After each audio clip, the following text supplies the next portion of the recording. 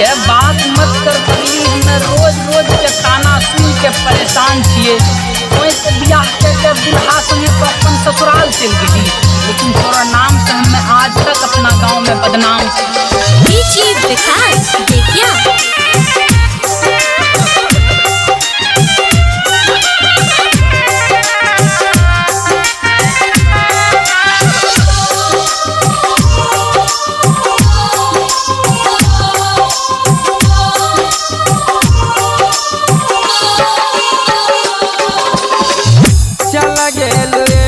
जान हमरा के छोड़ के कौन खुश मिलल गे दिलवा के तोड़ के।